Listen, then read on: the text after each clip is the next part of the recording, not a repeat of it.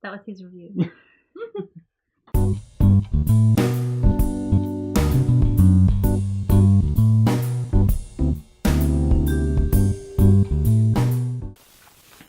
So, it's been a week since we saw Venom. It's been a week, right? Yeah. Yeah, we did it last Saturday or Sunday.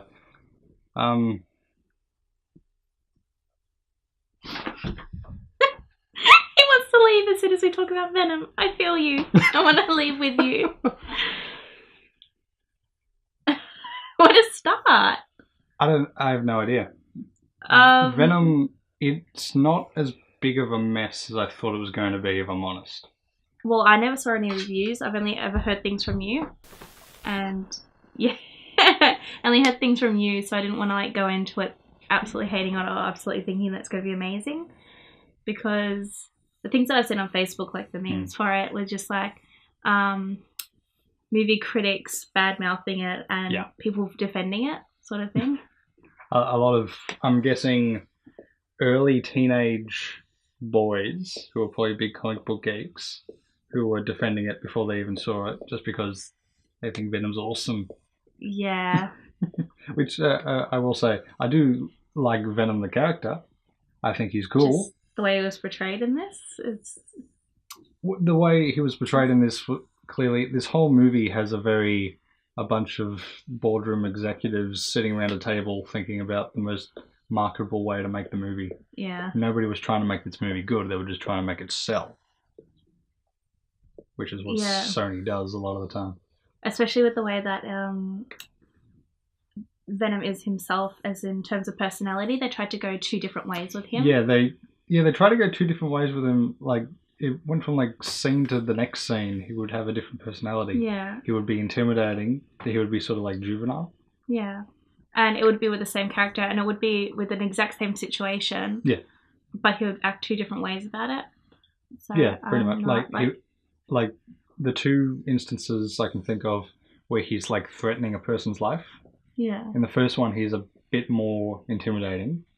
The one where he the guy sort of got the gun on him and he grabs him. It's in the trailer where he, like, as he stands up, he goes into Venom mode for the first time. And that's, like, kind of intimidating. Yeah. And then at the end, the famous turd in the wind scene. Yeah.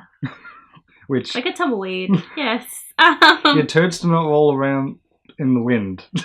Yeah. But that's always bothered me. Yeah, so... from the comics, by the way. Yeah. Like, I understand if they're trying to progress through the movie, as in, like, him slowly loving humans, things like that, being very, like, playful at the end, but he was very two ways about everything, sort of thing, throughout the whole movie. It would have been alright if this was, like... You alright there? It would have been alright if this was, like, Venom 3, and he was starting to act like this. Yeah, but this was one movie. He had, like, 3 different personalities jumping from bit to bit. They were very much trying to cram as much as they could into this. Yes, especially in probably the first half an hour. Yeah, definitely. I've never seen... I'm trying to think the last movie I saw where the start of the movie was both simultaneously cramming a lot in while also feeling very slow. I don't know if it felt that way to you. It felt very slow. It felt like that was half the movie already. It felt like they tried to jump from an action scene to a non-action scene, things like that. Yeah. They were very all over the place. They didn't know how to start the movie. No, they had no idea how to start the movie. Yeah, at the start, it was a big, like announcing this character, big things that he does, and then he somehow had his whole, character layout in about 2 minutes. Yeah. Instead of progressing through the story as to, this is the start, this is the turmoil that they're going through or whatever, and this is our resolution. Yeah. They just tried to cram it all into the start. Hmm. Do you remember, this is the thing that I mentioned, is that they tried to make him look like a good guy by cramming this little part in with the little girl with the little pin?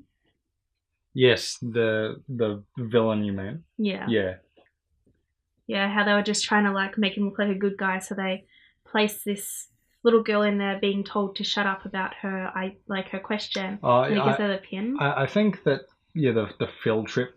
Yeah, the field trip one. Because he's basically the same villain that's in every Spider-Man movie. He's like a scientist, and he goes bad, and there's a school field trip on, and the little girl like wants to ask a question about science, and the rest of the kids are telling her to just shut up and let the guy speak. Yeah. And he like, no, let her speak. Her opinions are valid. Although I always saw that as sort of like he's just sort of an egomaniac. He sees himself as the person who gets silenced. Yeah. So he wants to stand up for someone like that. Mm. But I never got the sense that his character was ever like sympathetic. Yeah. Or that you were like, okay, I can get on board with this guy. Pretty much from the first scene, he's a douchebag. Yeah, he quite is. Very, very forgettable villain, though. Yeah, I can't actually picture his face right now. I sort of can, but... I think... I can't think of what else the actor's been in. I don't think it's anything I've seen, but it's all, like, decent stuff, I think. Yeah. I looked him up, I think, when he was announced for the movie, and he's been in some okay stuff. He's a good actor. He's just written as the most generic. Yeah. Especially since the only interesting part is literally the end for him. That's it. That's the only interesting part that I see him. Yeah, because the trailer shows most of the plot. Yeah. And so Eddie Brock becomes Venom, which, by the way, this is a Venom movie that isn't connected to Spider-Man. Yeah. So you have to just... In association. Yeah. In association with Marvel's the credit at the start of the movie. That's the perfect way to explain it. This movie is in association with Marvel. It's got a character very loosely based. So he gets the symbiote, which immediately can talk to him. Yeah, immediately knows how to walk in his body, how to control it perfectly, even though all the rest of them have no clue what to do. Because there were multiple symbiotes in the movie, and they all like latch onto people, and for most of them, they're like zombies. Yeah. They can't really operate the human body very well. Can take over the mind completely, while... But Eddie just happens to be a perfect match. Yeah. And just happens that he can't completely control his mind, just his body movement, which is a bit... Yeah. And then... Not even getting into that. So Eddie figures out how to sort of channel the Venom thing to fight bad people. Although, one thing I did appreciate about this movie, it is not a superhero movie. Like, he is not trying to... One thing that I kind of liked about it was just him learning to deal with the fact that he's got this alien living inside of him now. With, like, the side story of trying to get proof for something. He's a journalist and he's trying to solve investigate a story. Yeah. If the movie was better, that would have been great. Yeah. I'm just going to turn the TV off because there's a light shining on us. And it's making everything change colour, wherever the remote is.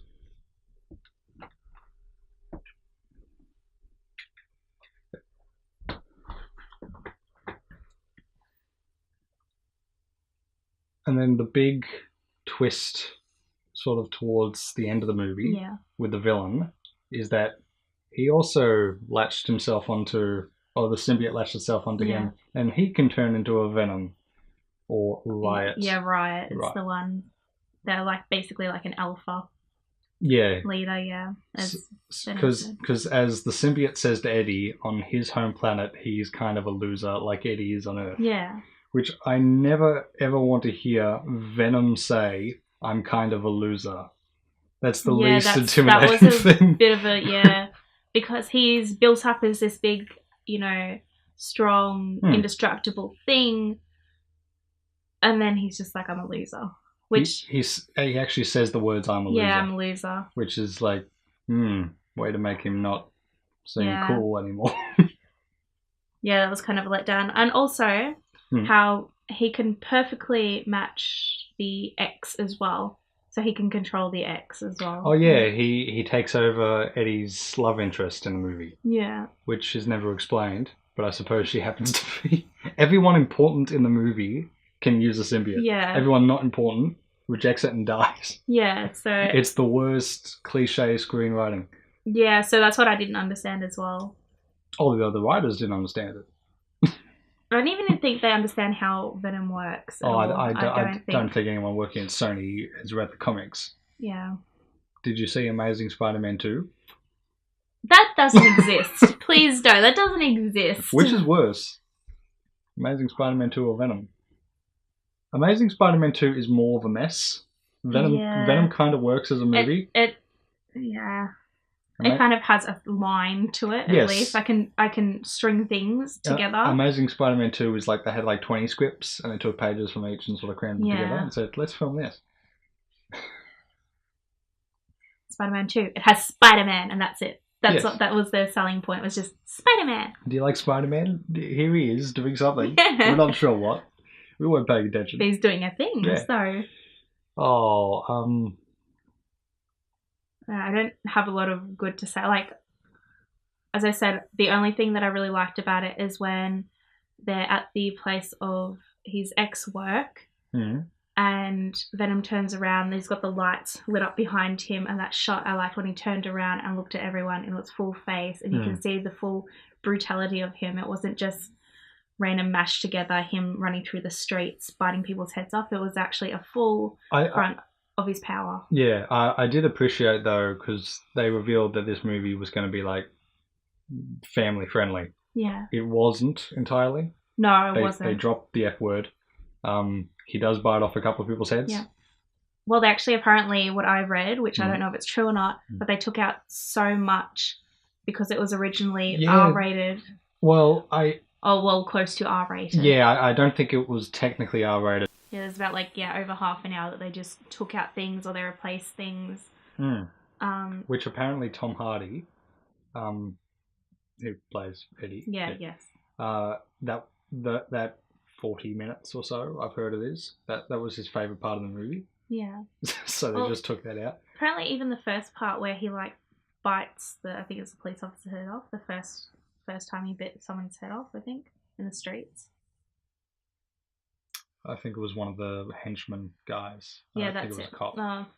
Yeah, but anyways, apparently he goes on this big, basically demonic spiel. Okay, that's just what I've read. I don't know if it's true or not. I don't have anything to confirm it.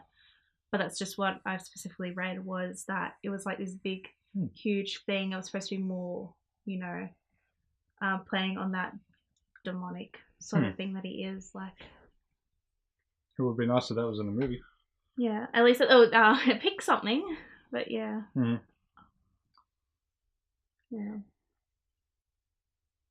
I don't think there's much to say about this movie. It was just a big hot mess. The story is very simple, and everything that happens along the way is sort of cheaply and badly done.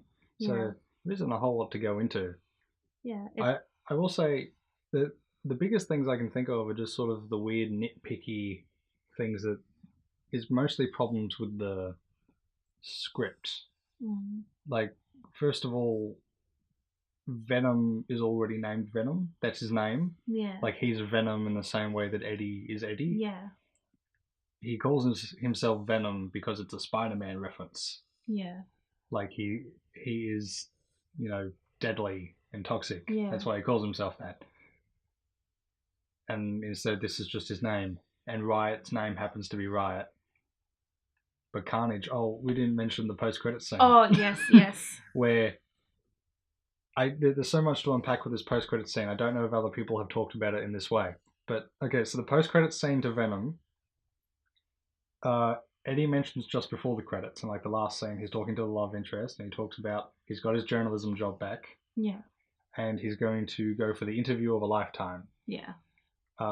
Which I think anyone who knows the comics will probably guess that I was going to interview Cletus Cassidy, and that's going to be a Carnage reference. And in the post-credits scene, he goes to an insane asylum and meets Cletus Cassidy, and he makes a reference to when he gets out of prison, there's going to be carnage on the streets.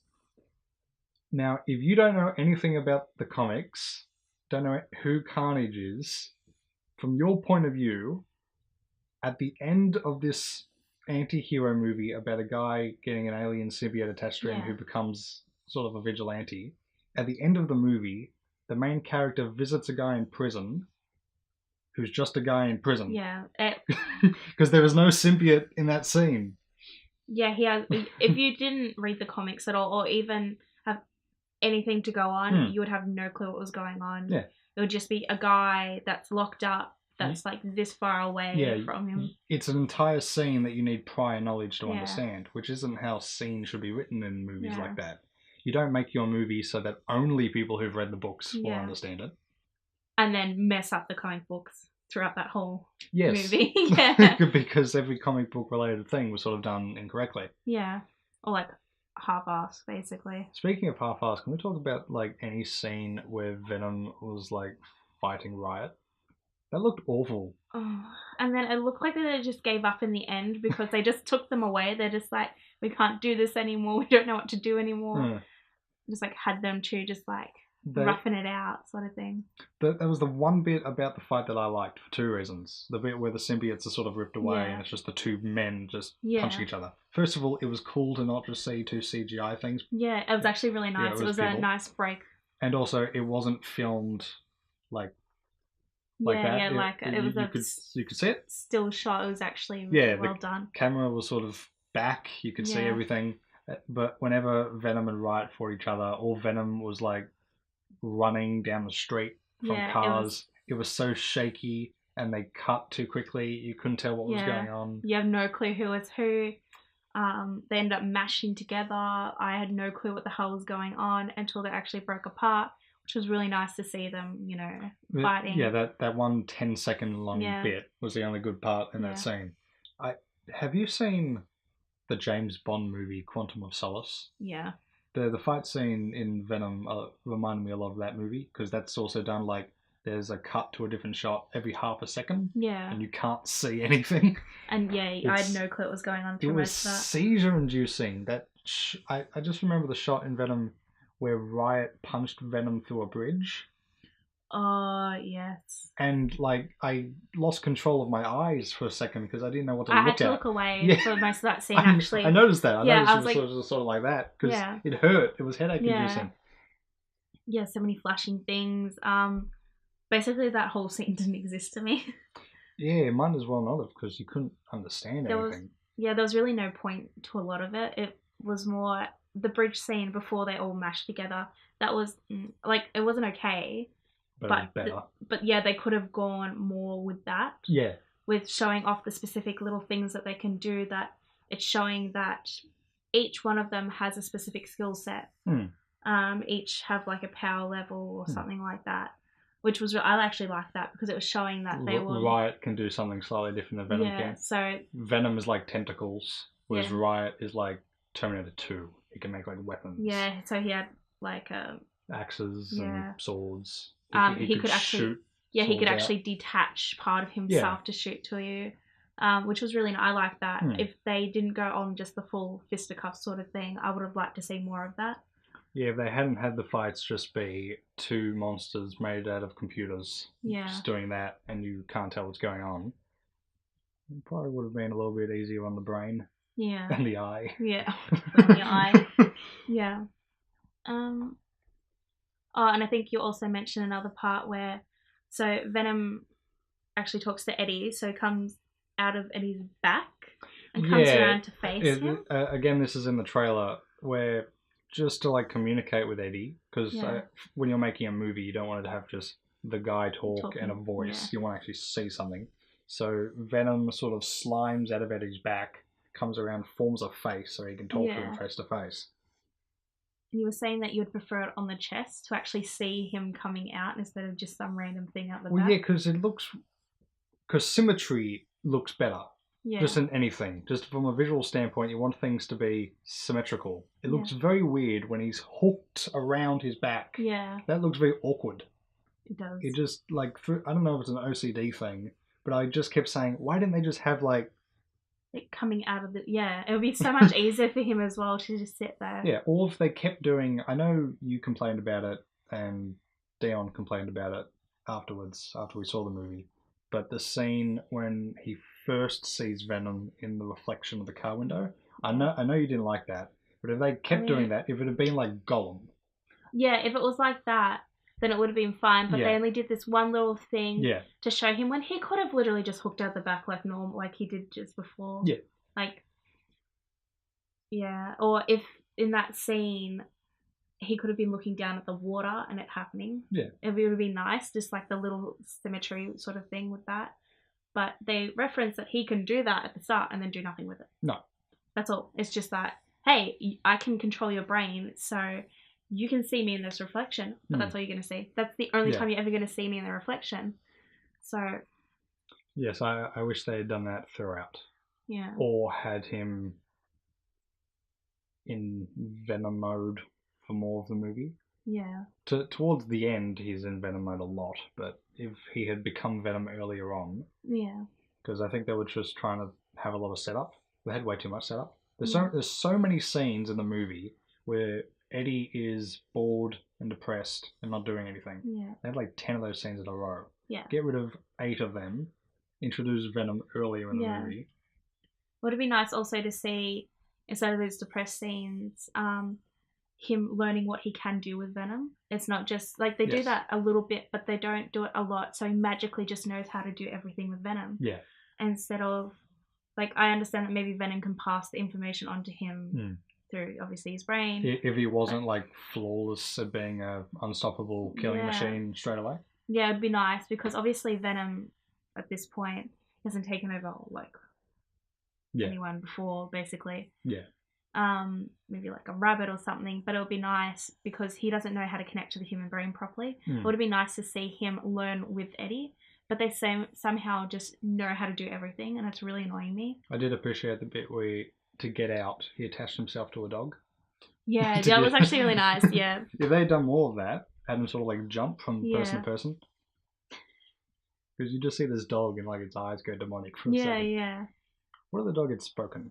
What if they had a whole scene of Venom? Instead of going into the love interest, instead she just like has it in the car, and she just like looks so awkward and just looks at him and looks back, and just like they start having a conversation. Yeah, it attaches itself to... I can't even remember what her name was. No, I don't know. That's not a good sign. Just... I liked her though. She's a really good character. Like, but I think mostly because she's a good actress. She's good in everything. It's Michelle Williams, I think. Yeah, I liked the fact that she was very, forceful. Very, even though she knew that all these bad things were going on, she was still kind of there for him. But... I really liked the scene where she saw Venom for the first time, and her reaction was like... Hospital, basically. Yeah, it's like, oh, okay, you need help. Yeah, just like, car now. It wasn't like this huge scene of her being scared and shocked and stopped the movie down its tracks. Yeah. Although the scene at the start where they have their breakup, which sort of puts Eddie in this depression, that was really quick. Yeah, that's what I was saying at the start, is that everything was kind of like mashed together. Everything, his whole life crumbles in 2 seconds, which I prefer that. But then it keeps going. Yeah. The whole crumbling into depression thing just sort of stays like that for 25 minutes. Yeah, it's a bit over the top. I would prefer it if, instead of that, the first 10 minutes of the movie, it all crumbling, for that to progress through the movie rather than, all at the start, because he loses his job. He has to move into a different apartment, a really shitty one with a bad next door neighbor, or across the whole neighbor. Oh yeah, he keeps playing music too loud. To the point where it hurts Venom. He loses his partner. Another bad writing thing, the sound. Because in the comics, Venom can be hurt with very loud noises. Yeah. I don't know if you remember in Spider-Man 3. He gets the symbiote off of him with a church bell. Yes. Which is out of the comics. And but they needed to explain that to Eddie so he would understand it. Yeah. Well, I mean, he sort of did, because after they climbed the building and the plane goes over them, he freaks out. Yeah, but then he asks what's wrong. I think it's like a couple of scenes later. A couple of scenes after that. And Venom says to him, sound frequencies between... And then he says like a specific... It was in the car. It was in the car. In the car scene. And Venom says, no, our sound's at 40,000 hertz. Yeah, but he said it in the car while she was there, so then she can use that literally the next scene when they're in the hospital. She turns up the... That's why he said that. But Venom knew the phrase hertz and knew the exact specific decibel range. Which he's an alien. He wouldn't be able to know that. Yeah, I understand that. How does he know all these very specific words? Yeah, or even know the exact one, because obviously on his planet, or he wouldn't know that sound wave because of the fact that if it hurt everyone, that sound wave wouldn't occur. So how does he know? How does he know that unless like they're exposed to that on their planet? Yeah. And if they're exposed to that, why aren't they all dead? Yeah. I don't know. And also they can be destroyed with fire. Didn't they arrive to Earth in a spaceship that was re-entering the Earth's atmosphere? Yeah. And burnt up on re-entry? Yeah. Why are they all dead? Yeah. Oh, well, some of them were in containers, I guess. But the first scene doesn't work. Yeah, but if you think about it, they were all in containers, so I'm guessing that they were probably fireproof or something, so they didn't burn up. One was in a human body to begin with, so I'm guessing that it shielded them just enough, but then that doesn't make any sense. Oh, actually, no, humans burn on re-entry. Yeah, but at least it's like having a little second suit, like the fire suit. Look, I do understand that to a point, but I get what you're saying is that it's such a basic thing that has happened throughout the movie, and yet none of them have died. No. Yeah. This movie was not thought through well. Yeah, I don't. And finish your thought. Oh, I was going to say with your point with the whole zombie people, because they're hurt, that's why they're walking like that, but they can repair everything. And you've seen Eddie walk perfectly fine after like he breaks his leg. He gets a compound fracture. But they're clearly not like the same personality anymore. Yeah. Like they're not the people they were. They're just the symbiote now. Yeah. But everyone else who's like a proper character still has their mind. Even the woman who gives the symbiote to Eddie. Yeah. The homeless woman.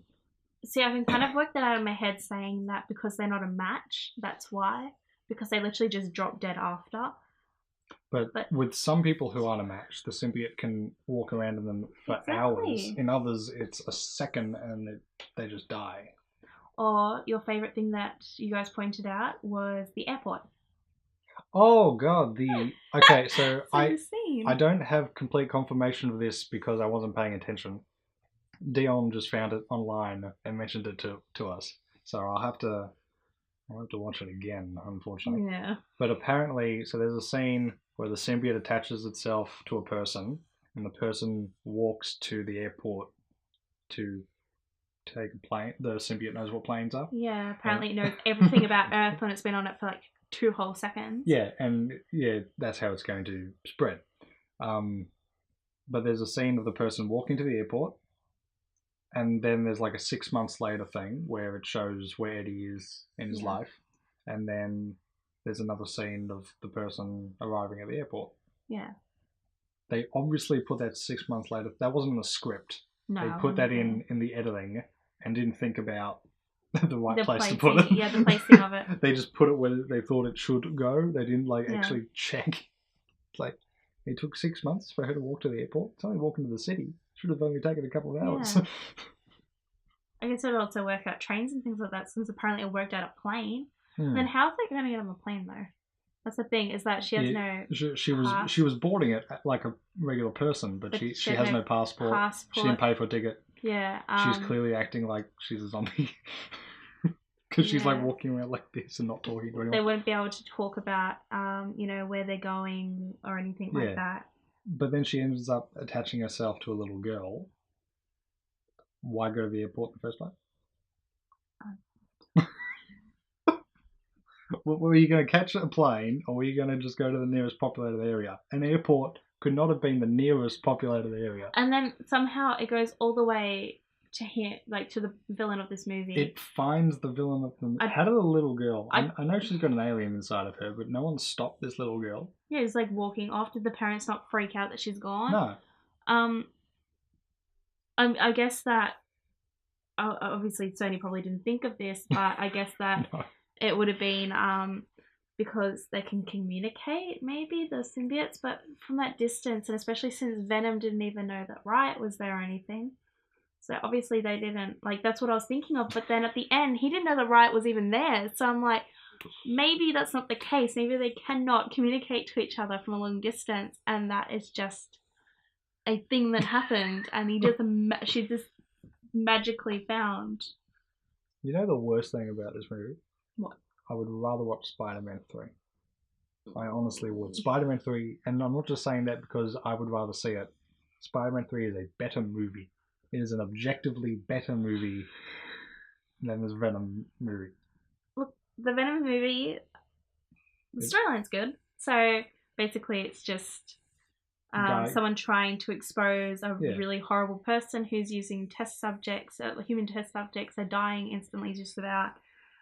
He becomes a big hulking vigilante. Who is using his powers to also give this proof to his ex-boss. But his powers are hard to use and unwieldy.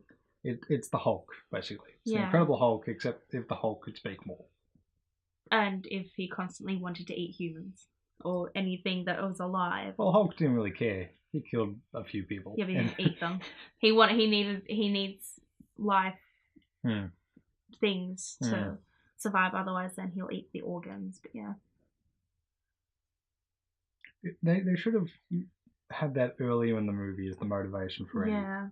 Like, if you don't let me kill people, I'm just going to start eating you from the inside out. He makes a reference to that. He said that if we don't eat someone soon, or if you don't let me eat someone soon, then your liver looks pretty tasty. Yeah, no, I remember that, but that was too late in the movie. That was like halfway through. Should have been earlier.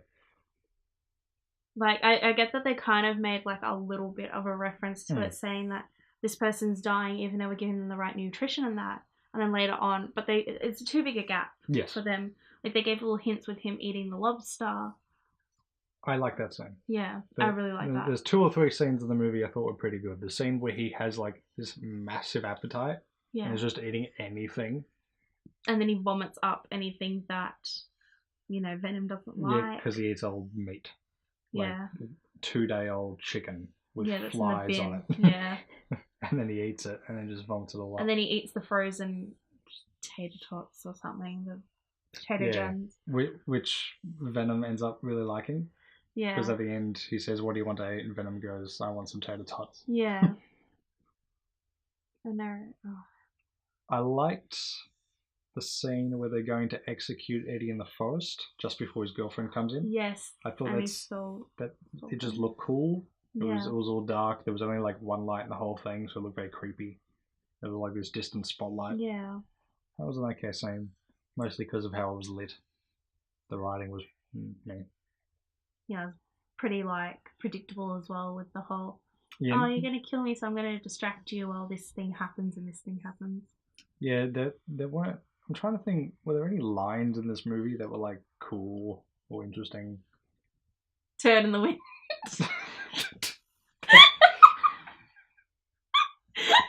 Oh god.